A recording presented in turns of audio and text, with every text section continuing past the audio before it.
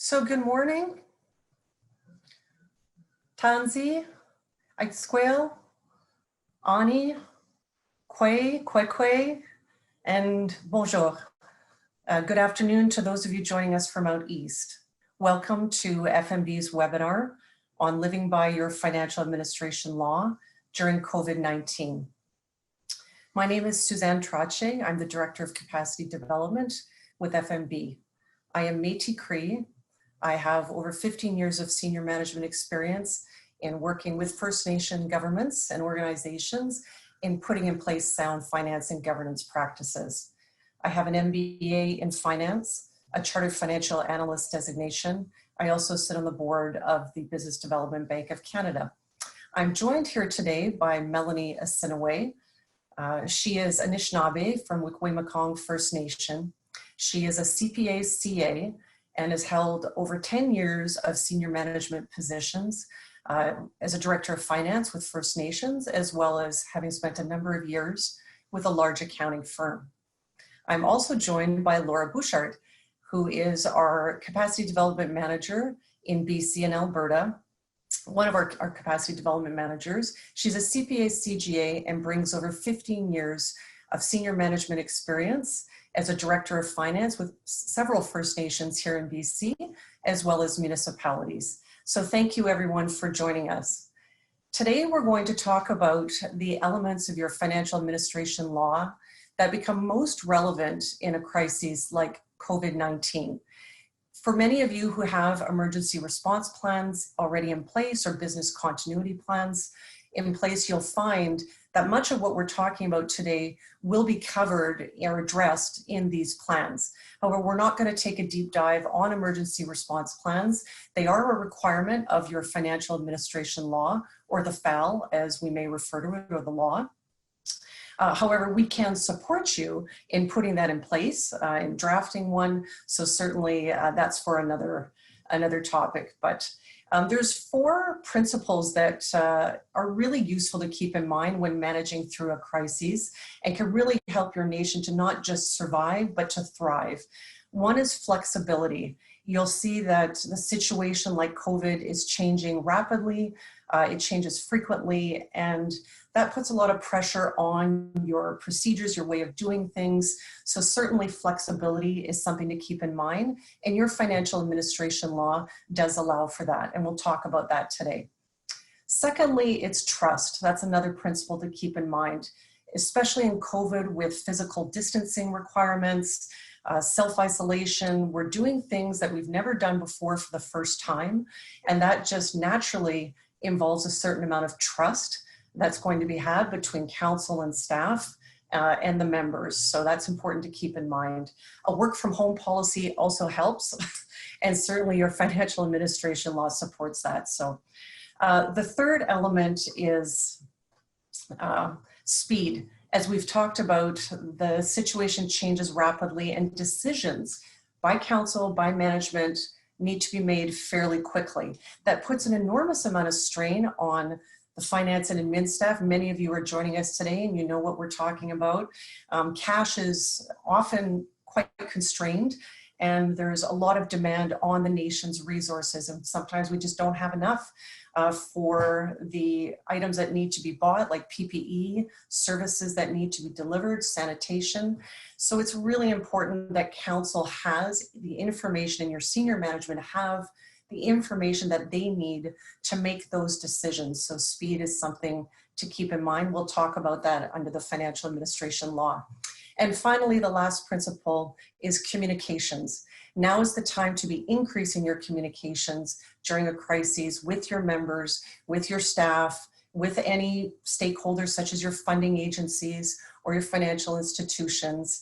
It's important that everyone be brought along and understands why council is making the decisions that they're making. This will help avoid that finger pointing 6 months after the fact of why was this done or why was that done. Communications is one of the pillars of your financial administration law. It is the way that council holds itself accountable to its members. So on that, I'm going to pass the virtual speaking stick to Laura Bouchard. Thank you, Suzanne, and thank you everybody for joining us today. I'm going to start off by talking about delegated and assigned responsibilities during an emergency. During an emergency, it may be necessarily to temporarily assign some changes to your delegated and assigned responsibilities. Might be more efficient. For example, in regards to emergency expenditures, it would be more efficient if Chief and Counsel delegated some authority to the CAO or the band administrator. Those payments then can be processed and approved more efficiently. Another example would be with your CFA. It might be more efficient for Chief and Counsel to delegate authority through a BCR to the funding agency to allow the CAO to sign off on some of those funding agreements when they come in. It is very important if Chief and Counsel do delegate any authorities on a temporary basis that they ensure that this is communicated to everybody who needs to know, and everyone knows what those delegated and assigned authorities are, so that going forward there won't be any confusion.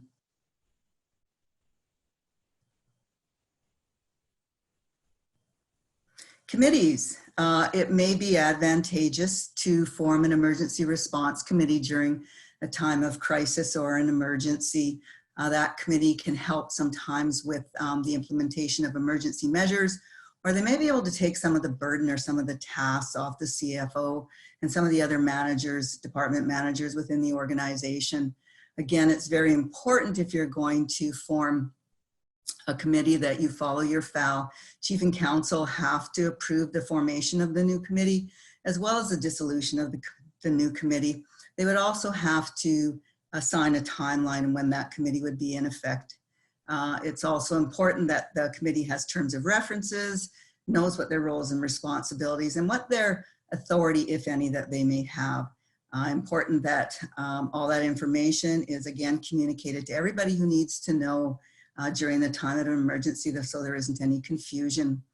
Another thing to consider when looking at maybe setting up a new committee is, do we already have enough committees? Have we already assigned those tasks? Sometimes we can have too many cooks in the kitchen, so to speak. So we don't want to create more confusion by setting up another committee. We want to ensure that that committee is in fact necessary and will assist us during this emergency. Finance and Audit Committee. So the Finance and Audit Committee has various roles that have been assigned by Chief and Counsel. During an emergency or a crisis situation, the Finance and Audit Committee may or may not be able to fulfill those roles. For example, if they're socially isolated or practicing social distancing, and they don't necessarily maybe have the technology to communicate as frequently as they may need to in an emergency. So the Finance and Audit Committee may take on more responsibility for Chief and Counsel and help them out if they have that ability, if they're able to meet frequently, but they may not be able to take on that ability for Chief and Counsel if they are too distant. So in that case, Chief and Counsel may have to take on some of the roles and responsibilities of the Finance and Audit Committee. Again, it's important that if either roles are added or roles are taken away or reassigned, that those are approved and those are communicated to everybody, and that there's a timeline. Everybody knows how long that's going to be in effect. Budgets during an emergency and crisis situation. So during an emergency situation, we're looking at setting up budgets for our funding. It's really, really crucial that we set up accounts and departments so we can track our funding separately. So important, whether we get a grant or whether it's reimbursable expenses. We need to be able to track these for the funding agencies and to report to Chief and Counsel and the community as a whole as the emergency is going on. What is this costing us? What's this looking like? It's also going to be crucial to have that constant reporting for Chief and Counsel and the membership so they know what's going on, and so Council can make informed decisions, especially if the emergency expenditures start climbing up and up. Loss of own source revenues. This is, of course, a concern in an emergency or crisis. We've been using those revenues to support some of our programs.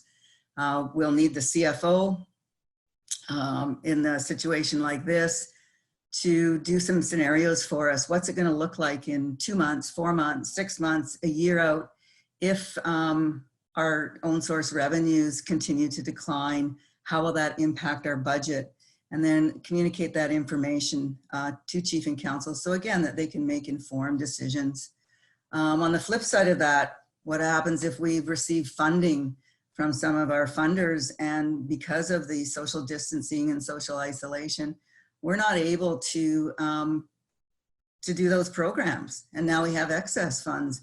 What do we do with those? It's advisable to defer that revenue until you can get confirmation from your funders whether you can carry those funds over into the next fiscal year, or whether you might have to send them back. So until you know what the funder would like you to do, it's best to defer those funds.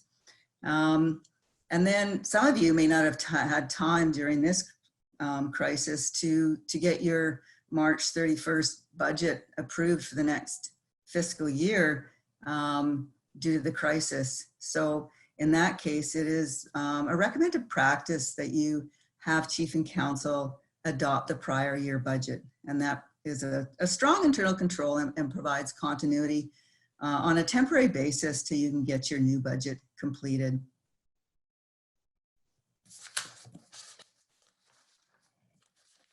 Deficits. It's unfortunate, but deficits might be unavoidable in a crisis. Council will need to decide what their tolerance is for a deficit. Your FAL does allow for deficits, but you also have to have a plan for recovering that deficit. So that's going to mean an amendment possibly to your budget and to your multi-year budget, which again would have to be approved by Council.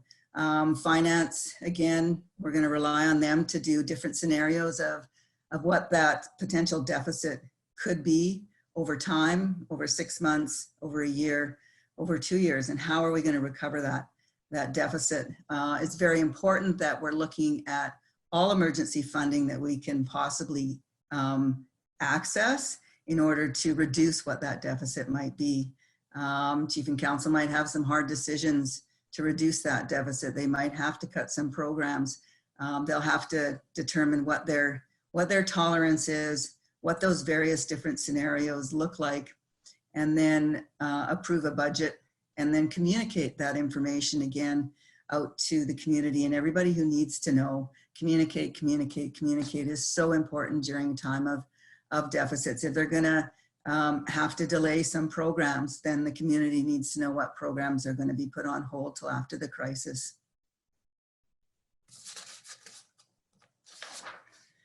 Borrowing during a crisis. So on one hand, you may need to borrow more funds to help you through this emergency or this crisis. And on the other hand, you might be cash poor and not be able to make your payments during this crisis. So it's advisable to contact your financial institution and work with them to come out with a plan on how you can move forward to do both. Your FAL, of course, does allow for borrowing, must be approved by Chief and Council. You'll have to decide, how much you might need to borrow to help you through this crisis. There's going to be various, again, scenarios. You might get into a cash crunch situation. So again, you're going to be relying on your finance department to be doing some cash flow statements for you. You might have to get a line of credit. All these things, though, will have to be, again, approved by Chief and Council and communicated out to the community. Very important that the community is aware of what's going on. And with that, this will be my last slide. So thank you. And I would like to turn this over to my colleague, Melanie. Thank you, Laura. I'm going to start off my section discussing loans, guarantees, and indemnities. So if your financial administration law or FAL already allows for loans, it's great that you ensure to keep following your policies or whatever is in your FAL. If the nation now chooses, because of this crisis, to start implementing loans, guarantees, and indemnities, the FAL does require that the nation be fair and equitable, have clear rules around the loaning process, a clear process for members to access the loans so that they are aware of how they can access these things, and time limits if temporary, which of course council will have to approve the changes and limits.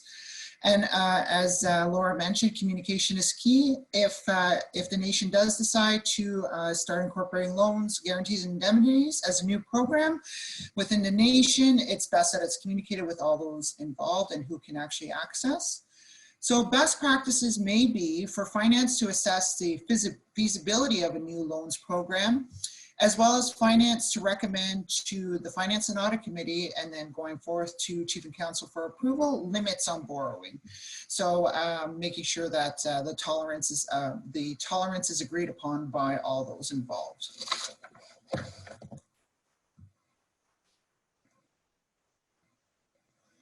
When it comes to financial management controls are just as important, if not more important, during these times, especially with the social distancing. So the policies and or procedures may require temporary adjustment, again, approved by Chief and Council, to maintain proper segregation of duties for both deposits and checks. With regards to deposits, recommendation is that one person opens the mail and immediately endorses the check to say at the back for deposit only to your nation and whichever the nation chooses, whichever account the nation chooses to deposit it into, and have them maintain a separate mail log. So what do I mean by that? It's when the checks come in, the person opens the mail, and then they say, this is the check, this is who the check came from, the amount, and all that good stuff. So that then a separate person can review the mail log before the deposit actually occurs to make sure that that list is complete. So when it comes to deposits, I know there may be, again, social distancing, banks are closing earlier and they're opening later. So you may need to temporarily set up a trigger amount of when the separate person will complete the deposits. So whether that's anywhere, again, it's up to the nation. If they choose that deposits will equal 5,000 before the deposit occurs, or going from weekly to bi-weekly or monthly, whatever your First Nation decides. When it comes to checks, this may really require a level of creativity that you have not seen before. There may be instances where you have to set up times, especially with regards to social distancing rules, where one signer comes in to sign on a Thursday, let's say, and then the other signer to come in to sign on a Friday, just to maintain those social distancing protocols. With regards to reimbursable expenses, it really does require clear criteria on what is actually allowable for your members to be able to access funding, and if the nation is providing this option. It really should be communicated to the members so that there really is less confusion around the process, so that they know exactly what is allowed and what is not allowed. And lastly, the criteria should also include documentation required to be reimbursed. So for example, if your nation chooses to reimburse your members for, let's say, hand sanitizer, what would be the documentation criteria? So an itemized receipt to go along with the check requisition before it's actually reimbursed. Having said all that, it may be beneficial to set up a new program code, as Laura alluded to earlier. So a new program code, a departmental code or class code, whatever your First Nation is calling it. And this will really save time at the end for reporting, where you can press the magic button and everything should be there to reconcile to all the expenses that have incurred. And when it comes to bank reconciliations, this is really the catch-all. It should still be done, because if cash is incorrect, there probably are a lot of other accounts that are incorrect as well. So it's recommended to follow your financial administration law to ensure independent review is still happening, to maybe hire an external consultant, a third-party service provider, if you will, to be able to still perform those bank reconciliations.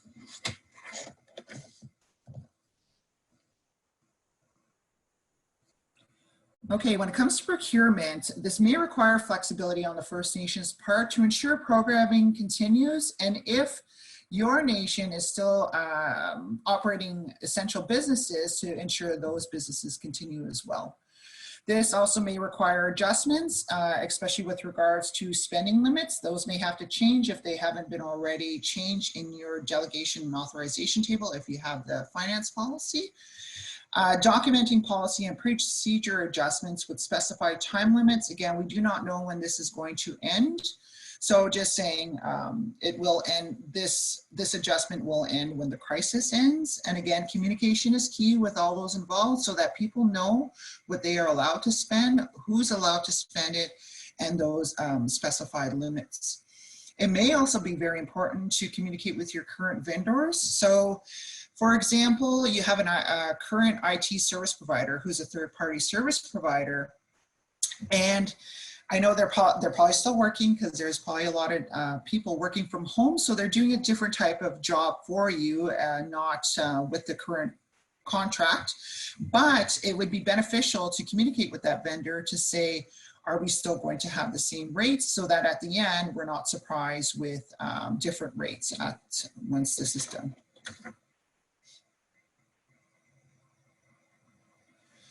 Okay, when it comes to reporting, again, this may require adjustments to your First Nation with regards to the frequency and type of reporting. So per your financial administration law, you need quarterly, monthly, but this may change again, as Laura mentioned earlier, to either daily, weekly, bi-weekly. So it's all dependent on what your First Nation chooses to do. So when it comes to the type of reporting, separate program reporting for the emergency expenditures, again, may be crucial in this time. Again, daily, weekly, or bi-weekly may be beneficial. The monthly may now include budget versus variance, especially with regards to the emergency expenditures. And as Laura talked about, deficits, so this would be good to monitor those deficits as well, because unfortunately there may be some. And at the end, it may help with reporting to funders, because if you're already on top of that reporting, it will help with the funding requirements as well. So again, as I mentioned, the quarterly financial statements are a requirement of the financial administration law, but it may be best practice to share this financial information with the members, because I know they're probably asking questions with regards to how the emergency funds are being spent if there was additional funding received. When it comes to annual audits, if your internet allows, or if you have good bandwidth, we have heard of nations who are actually performing virtual audits right now. So if that's an option, it would be good to consult with your external auditor.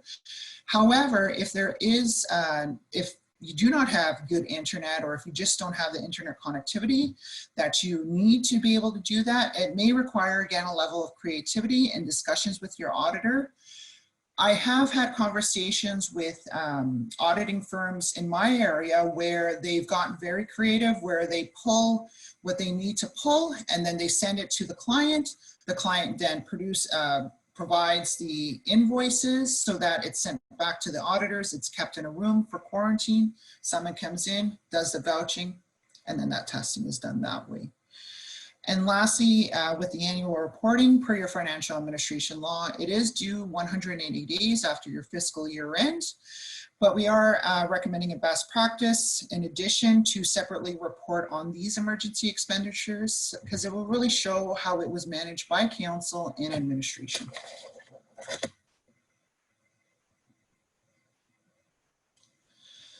Okay, unfortunately, there may be layoffs required and or terminations, but we also would like to discuss the hiring component of that. So for your First Nation, it may be a good idea to first consider who is actually essential. Who would you need? You may be able to use the neighboring First Nation, the tribal council as a starting point to create your own list. But again, that's up to your nation on how you decide or who you deem essential. Council will have to approve temporary changes, again with time limits for jobs such as border patrol or social distance persons like that are checking on those things. But again, if there are temporary changes to who you choose to hire, there really should be clear responsibilities and duties so everybody's aware.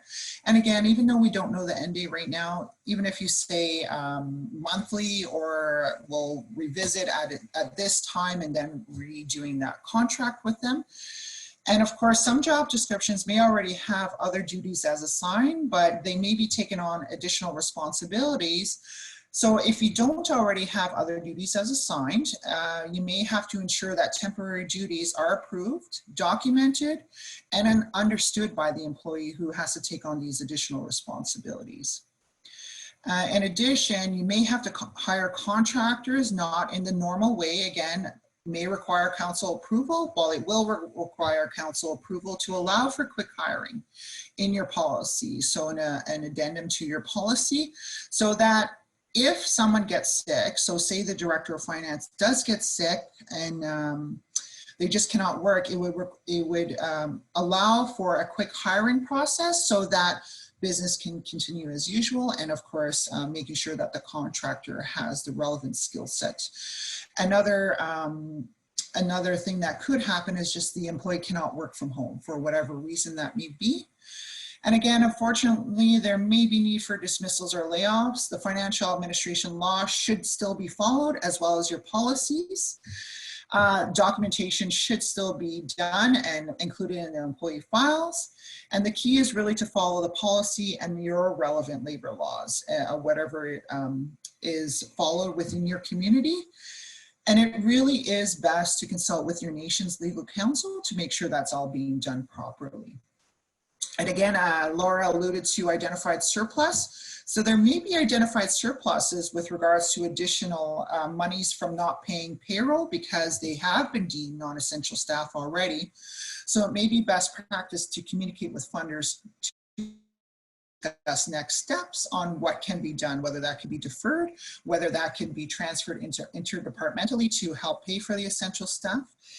And then supervision may really increase, especially during this time, but best practice is to communicate with employees, whether that's through daily check-ins with the team, one-on-one phone calls with each team member, weekly work plans, or monitoring work levels, because it's not about looking over their shoulder. It's just about watching the work levels, and if their work is going down, it may be a sign of a larger issue such as staff burnout.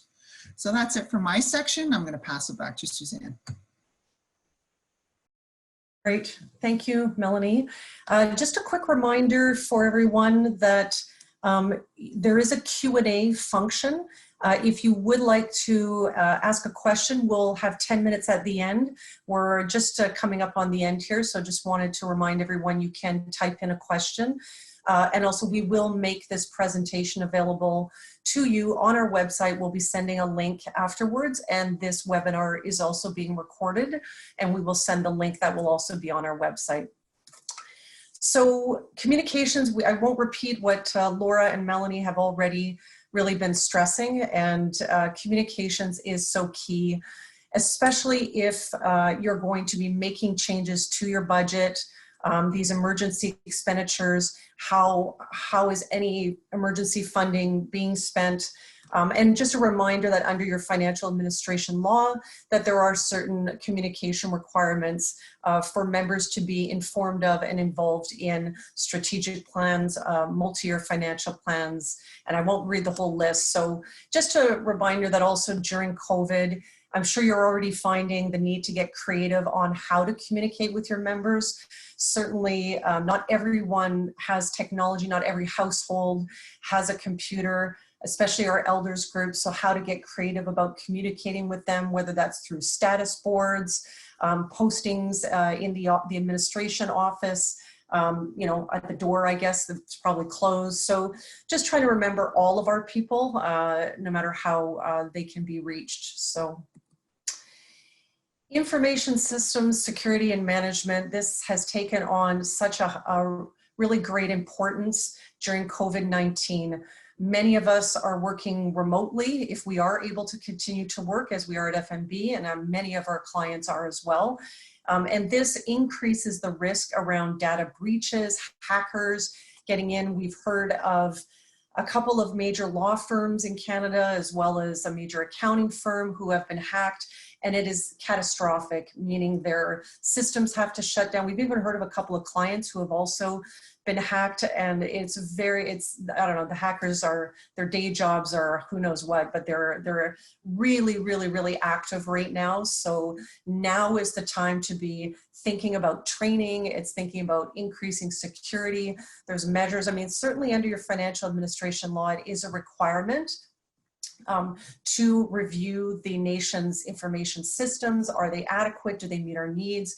Do they protect the data of our people and our records? So now is really the time to be thinking about that and to resist the temptation to increase the accesses and privileges, which I know, because we're all working remotely and this is new, that's the natural thing to do. But to really think about that, consider two-factor or multi-factor authentication. So when someone logs in, they have to get a text on their cell phone from a different location, you know, a different device, to make sure that you really are the person you say you are. And server backups, I can't stress this enough. We've had a client in a different type of emergency, a fire, who did not have server backups and lost a year's worth of all of their data, their accounting records. It was catastrophic, and it takes a long time to recover from that. So now is the time to start looking at that if you haven't already. It is a requirement of your law, and it is taking on a greater importance in COVID. How to plan to, what post-COVID is going to look like. How are we not just going to survive, but thrive? So we've been talking about throughout this webinar about the elements of your law that can really support you, your senior managers, your leaders to manage and thrive through this crisis. Now is the time to be looking at what is it going to look like post-COVID. If you look, I know Saskatchewan region is already talking about a 5-step relaxation of physical distancing. Your nation is going to need to look at that as well and say, does that fit for us? What do we need in a post-COVID world? How are we going to maintain a safe level of physical distance while providing the services that our members need? Do we need personal protective equipment, PPE, sanitation? Do we have the staff for sanitation, and do they know what to do? So training, looking at your buildings, do we have enough physical space? What about computers and laptops and connectivity? That's going to take on, it already has and will continue to take on a greater importance post-COVID, as we call it. Now is a time to be looking at your strategic plan and updating it if necessary, for council to look at that with members, HR plans, your multi-year financial, and as we've been talking about budgets. So now is the time to be tabling this, putting it on the menu so you can be planning for that and talking to your funders and looking at your own source revenues. Again, training plans are super important. This is all really new for us. We at FMB are also doing some cybersecurity training and looking at how do we as employees know when not to click on that very tempting link that tells us, hey, here's the document that you've been asking for. And you think, did I ask for a document? And you click on it, and next thing you know it, malware and hackers. So it's really important for that training. And I guess we'll end on emergency response and business continuity plans. If you don't already have one, now is the time to start thinking about it, brushing it off. We heard one of our clients saying it dates from the 1970s. So now is the time to really update that, look at what your nation needs to survive and thrive during any future crises. And certainly FMB, we are open, we are here to help you.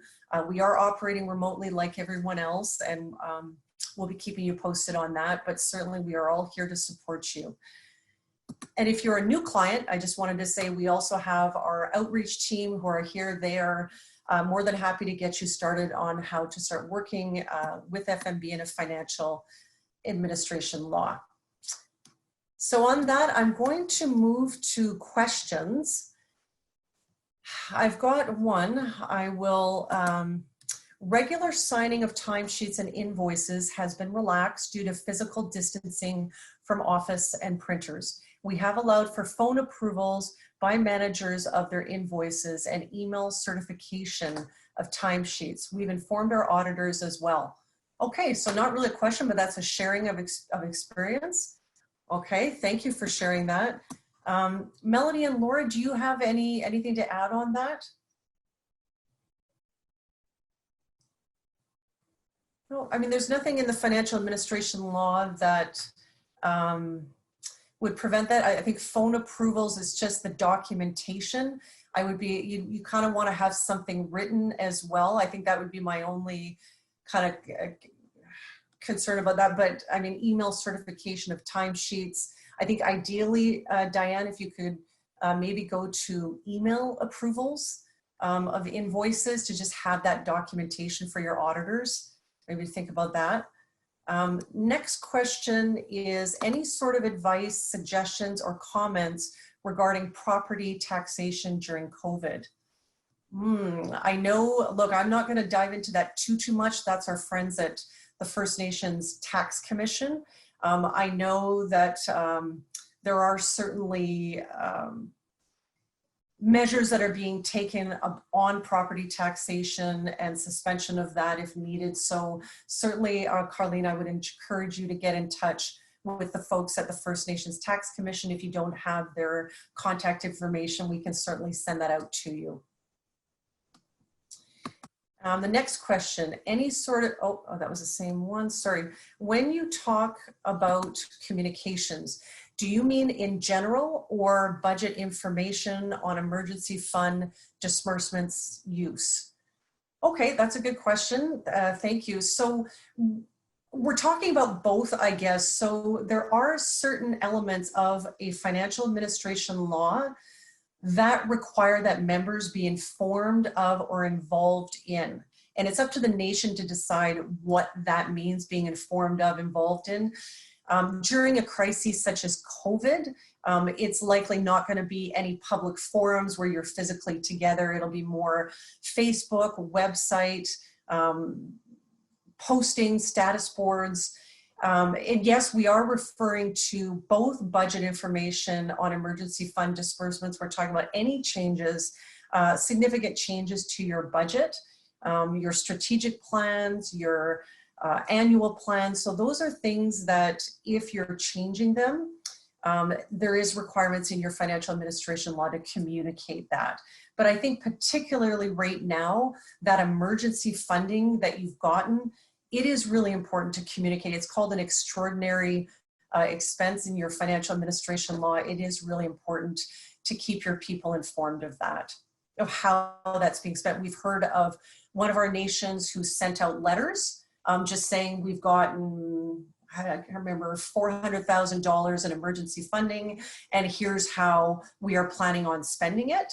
And then followed up with, here is how we have actually spent it. So that's an example of communications to members. Okay, the next one, can we reach out to our capacity development manager at FMB for help? Oh, of course, absolutely. Now's the time. We're all here to support you. Our coordinates they're at the end of this presentation. Maybe I should have put it here. But certainly reach out to us. We are supporting nations already through video calls, phone calls, emails. So please reach out to us. Any examples of how First Nations have used their Finance and Audit Committee for emergency budgets in the time of a pandemic? That's a good question. It certainly would be a good practice, but I have not heard anyone. I'll just maybe pass it to Melanie, Laura. Sorry, I haven't heard anything. I have heard that they, to make better, or not sorry, better, but faster decisions, the Finance and Audit Committee has been temporarily dissolved just to be able to make sure that those budgets are still approved, whether that's through email or however the First Nation decides. But I haven't heard of any additional responsibilities being placed on the Finance and Audit Committee. Yes, thank you. I haven't heard of any additional responsibilities being placed on the Finance and Audit Committee either at this time. Great. Okay, here we go. We've got any examples of additional responsibilities we can give to the Finance and Audit Committee. I think it was looking at those emergency expenditures. I think that would be something. any changes to policies. If they need to be amended, it could be a good idea if your Finance and Audit Committee is able to meet, remotely. That would be a good idea too, to have them look at any proposed changes. If you're looking at revising budgets, I don't know, these aren't additional though, these are kind of already what is encompassed in their responsibilities.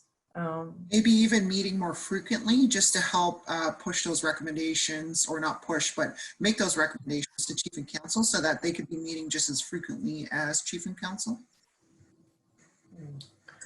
Great. There's another question. What are some of the additional risks that we as First Nations should be thinking of? I think, as we mentioned during the webinar, technology is taken on such a greater area of risk, or the lack of having the proper technology tools, whether it's a server, whether it's laptops, whether it's the software or accounting systems, having the adequate technology to support us to manage through a crisis, that's a new risk, or a larger risk. I would say connectivity is also a much larger risk now, in the sense that without that, it's very, very difficult for any organization, especially our nations, to manage through the crises. So I think these are, and of course, keeping staff safe. Employee safety is taking on, it's not new risk, but they're just taking on greater importance, for sure. And also safety of our members and the ability to deliver essential services safely. These are, risks that prior to this crisis, we weren't really seeing them as much in risk management plans. And I would say certainly own source revenues and ECDEV has taken on a much, much larger risk. In the whole economy right now is almost at a standstill. So I think the risk around that, the risk around borrowing and being able to repay any loans that we have, are taking on a much larger risk. And just, food safety, those nations who don't have clean water, a lot of our clients are in that situation, and it's in a crisis like COVID, if you don't have clean water, it makes it so much more difficult. There's some questions. I know there's a lot and we may not get to all of them here. Okay, here's one. Most contracts are required to go through a tender process, which could be very oops, it just disappeared. Here we go. Most contracts are required to go through a tender process, which could be very timely. And if a contractor needs to be hired quickly, how does a nation bypass or amend the tender process if possible?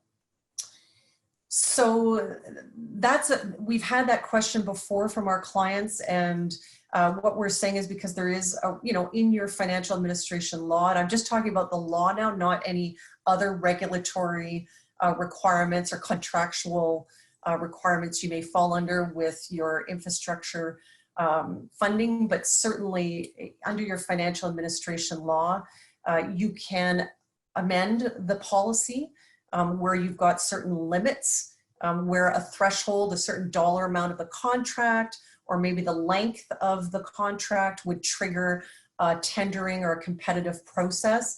It's up to council to set that limit under your law, and council can choose to increase that and say, well, you know what, in this process, because of the need to, get into this contract quickly for the speed of providing the service, we will be not following our policy for these reasons.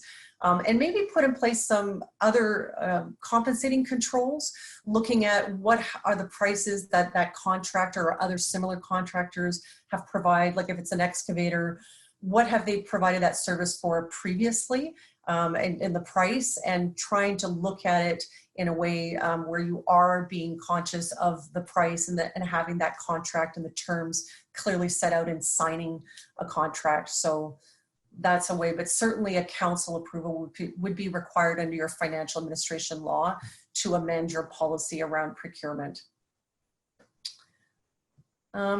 Here's a question. What about hazard pay? We are struggling with this issue. Okay, hazard pay. Maybe I'll pass that to Melanie or Laura. Hazard pay. Is that something similar to Ontario where the cashiers who work at grocery stores are getting paid an additional $2 an hour? I'm guessing that's what Yeah. Okay. Well, unfortunately, the financial administration law does not scope that in when it comes to hazard pay. It's still up to chief and council if they approve those types of increases for their nations. yeah. Okay, and I think Jill, just maybe there's a question, how can a newly elected chief and council get updated on the financial administration law and policies during a crisis like we are now? Like I said earlier, we are working, we are doing many meetings through video calls, through phone calls.